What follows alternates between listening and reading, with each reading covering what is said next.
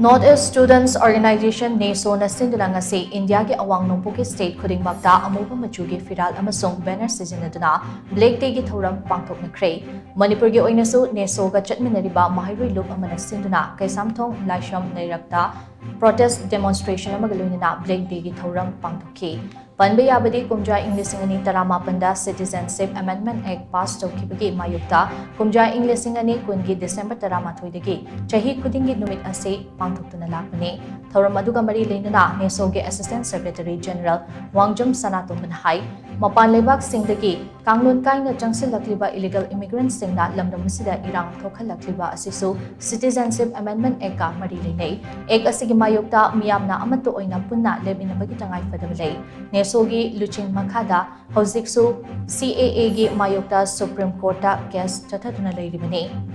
Laibak asidagi ek asi marufangna muthatriba fauba Nesona Khongjang Changsing Kibani Hainasu Mahakna Makatana Funduki. Adungai 2019 da koigi parliament da pass okhiba hanana Citizen Amendment Bill haida khangnagi badu 11 December 2019 da Rajya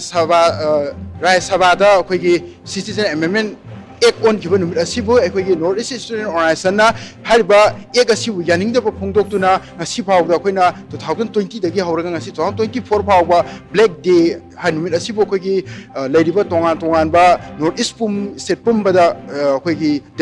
North-East wide demonstration tokjabani koigi hawji oiraiba Manipur gi irang amasung koigi Citizen Amendment gumba ek gumba sina koigi illegal